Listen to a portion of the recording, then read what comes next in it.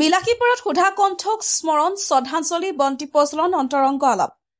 আজি সমগ্ৰ দেশ আৰু ৰাজ্যজুৰি সুধা কণ্ঠ তথা ভাৰতৰত্ন বিশ্ববৰেণ্য মহান শিল্পী ডক্টৰ ভূপেন হাজৰিকাদেৱৰ বছৰজোৰা জন্ম শতবাৰ্ষিকী দিৱসটো আজি আবেলি স্থানীয় পদ্মশ্ৰী প্ৰতিমা বৰুৱা পাণ্ডে সৰণী প্ৰেক্ষাগৃহত বিলাসীপুৰা সমষ্টি আয়ুক্ত প্ৰশাসনৰ উদ্যোগত গীত মাত আৰু আলোচনা বিলোচনাৰ মাজেৰে অনুষ্ঠিত কৰা হয় লগতে অসমৰ জাতীয় সংগীত অ মোৰ আপোনাৰ দেশ সমবেত সংগীতেৰে আৰম্ভ কৰা হয় লগতে মহান শিল্পীগৰাকীৰ জীৱন দৰ্শনীয় আদৰণি ভাষণ প্ৰদান বিলাসীপুৰা সমষ্টি আয়ুক্ত প্ৰীতিলেখা ডেকাই এই অনুষ্ঠানটোৰ আঁতৰে বিলাসীপুৰা শিক্ষা খণ্ড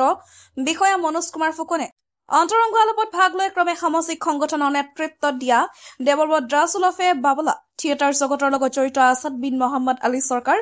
চৰকাৰী শিল্পী পেঞ্চনাৰ পুননাথ ৰায় অসম সাহিত্য সভাৰ বিলাসীপাৰা শাখাৰ সম্পাদক মুছলিম উদ্দিন আহমেদে সুধাকণ্ঠ হাজৰিকাদেৱৰ লগত কিদৰে লগ পাইছিল অন্তৰংগ আলাপ কৰা সন্দৰ্ভত গুৰুত্বপূৰ্ণ আলোচনা কৰে বিলাসীপাৰাৰ পৰা জহিৰুল ইছলামৰ report north east frontier news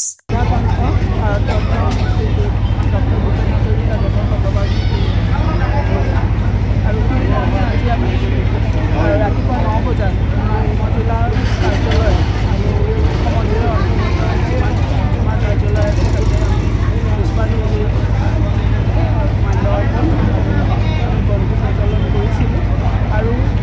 আমাৰ ডক্টৰ ভূপেন হাজৰিকাদেৱৰ সৈতে ফল তাৰ তেওঁলোকৰ লগত এটা সময়ত জড়িত আছিলে তেওঁলোকৰ লগত আমি আজি নিমন্ত্ৰণ কৰি এটা অন্তৰংগ আলাপ আয়োজন কৰিছিলোঁ যাতে তেওঁলোকৰ দ্বাৰাই তেখেতৰ স্মৃতি ৰোমন্থনৰ লগতে তেখেতৰ লগত তেওঁলোকৰ অমূল্য যি অভিজ্ঞতা আছিলে সেয়া যাতে আমাৰ সমষ্টিৰ সকলো লোকে বিলাসীপাৰা ৰাইজে জানে আৰু তাৰপিছতে আমি তেওঁক স্মৰণ কৰি এটা সংস্কৃতিক আমি সন্ধিয়া ৰাখিছোঁ আৰু ইয়াতে বিভিন্ন আমাৰ অফিচৰ কাৰ্যালয়ৰ বিভিন্ন বিষয়া কৰ্মচাৰীৰ লগতে মিউনিচিপালিটি বৰ্ড আৰু আমাৰ ষ্টুডেণ্টছ অৰ্গেনাইজেশ্যন আমাৰ চিভিল ছ'চাইটি অৰ্গেনাইজেশ্যন অংগনবাদী সকলো উপস্থিত হৈছে আৰু এইদৰে আমি আশা ৰাখিছোঁ যে আমি ভূপেন হাজৰিকাদেৱৰ যি অমূল্য আমালৈ অৱদান তেওঁ দি গৈছে আৰু আমাক যি তেওঁৰ গানৰ মাধ্যমেৰে প্ৰকৃতি বা দেশপ্ৰেমক মূলক আৰু মানৱতাৰ যি মানে যিটো আমাৰ মানৱতাৰ যিটো ভেলু যিটো আমাক তেওঁ আদৰ্শ হিচাপে দেখুৱাই গৈছে সেইটো যাতে আমি আৰু আমাৰ নতুন প্ৰজন্মই চিৰযুগমীয়াকৈ আগবঢ়াই লৈ যাব পাৰে মই তাৰে কামনা কৰিছোঁ আৰু